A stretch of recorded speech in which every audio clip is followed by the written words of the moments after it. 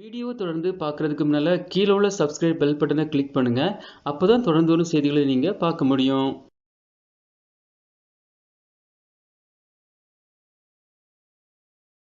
இந்தியாவின் தென்கொடி முனையான கன்னியாகுமரியில் அமைந்துள்ள புகழ்பெற்ற நினைவு சின்னமான விவேகானந்தர் பாறையும் திருவள்ளுவர் சிலையும் வில் வடிவிலான கண்ணாடி பலத்தால் இணைக்கப்பட்டுள்ளது. திருவள்ளுவர் சிலையின் வெள்ளி விழா நிகழ்ச்சிகள் இன்றும் நாளையும் தமிழக அரசின் சார்பில் மிக பிரமாண்டமாக நடத்தப்படுகின்றன.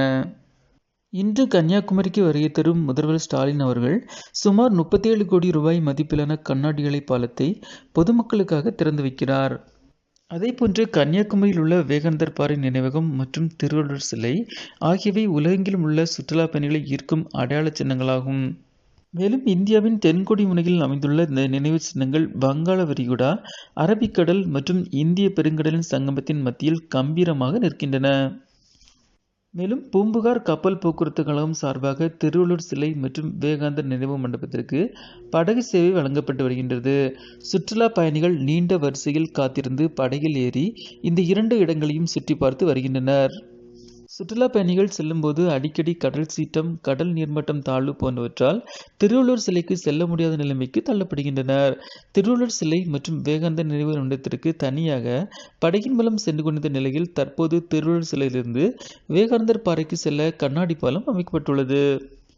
இதனைத் தொடர்ந்து தமிழக அரசின் சார்பில் ரூபாய் 37 கோடி ரூபாய் செலவில் 77 மீட்டர் நீளத்திற்கு திருவள்ளுவர் சிலை விவேகானந்தர் பாறை இடையே கண்ணாடி கூண்டு நடைபாலம் அமைக்கப்பட்டு வந்தது.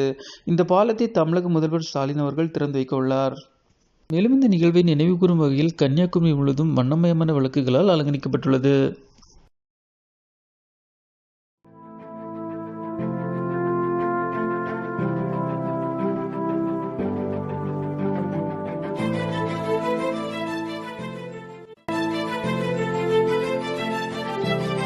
இந்த வீடியோ உங்களுக்கு பிடிச்சிருந்துச்சுன்னா லைக் பண்ணுங்கள், சேனலை சப்ஸ்கிரைப் பண்ணுங்கள்.